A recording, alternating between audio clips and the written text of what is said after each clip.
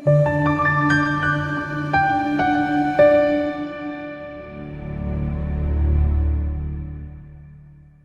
akakulonda kubusise igaba kopastor ngichalile inyofliki yenze kubalekile zofanele subscribe like le video le become a member nikela kule channel emuhludu namandla akukujabulisa ukunikela akukujabulisa ukubona ichannel ithuthuka siyabonga sibheka la iphupho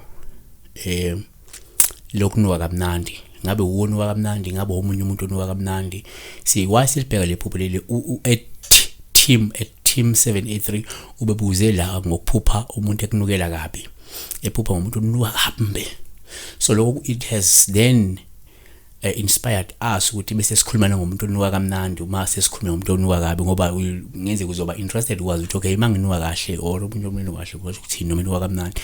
Number 1, umuphupha indodana yakho sithatha njengopholishe kakhulu uma inuka kamnandi noma inephunga elimnandi lokho kusho ukuthi yenza ukulunga futhi iphila ngendlela ekuthokozisayo. uGenesis 27:27 wasondela wamanga uhogela iphunga lezingubo zakhe wambusisa wathi bheka iphunga lendodana yami linjengephunga lensimi ebusisiwe nguJehova. 2, uma uphupha indodakazi yakho kuwuphawu luhluma inephunga elimnandi lungasho ukuthi yinhle futhi inenhliziyo enhle. uHosea 14:6 imixhantela yakhe iyakuxhantela ubuhle bakhe bube njengomnqumo iphunga lakhe libe njengelelibanoni.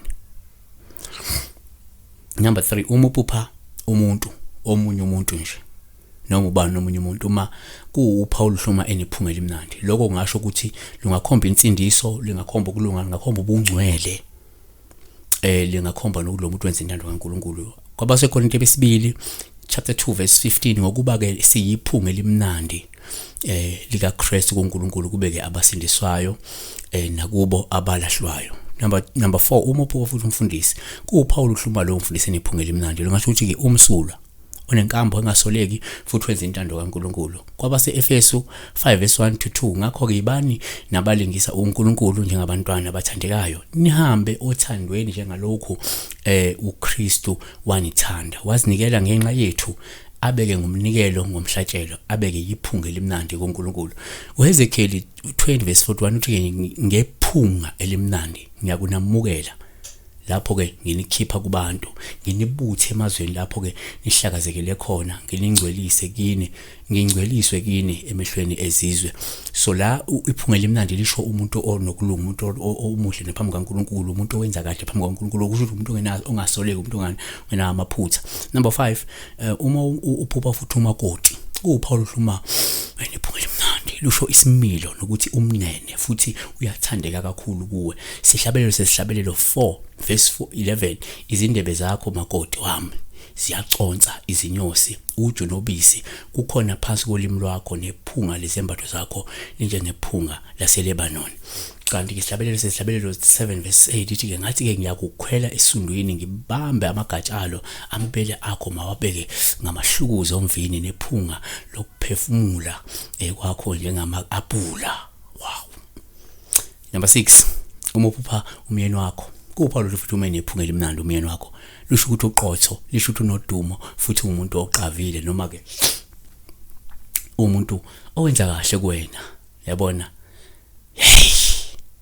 Isihlabelelo verse 1 usihlabelelo 1:3 amafutha akho anephunga elimnandi igama lakho linjengamafutha akhululiweyo ngalokho izintombi ziyakuthanda.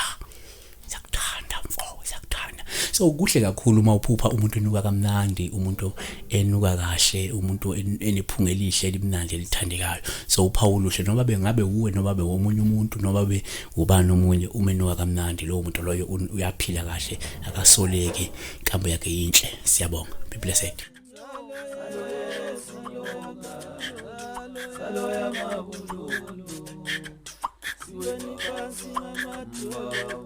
Kuleba uyu Jesu siwe ni pasi na matuyo kuleba uyu Baba siwe ni pasi na matuyo kuleba uyu Jesu siwe ni pasi na matuyo.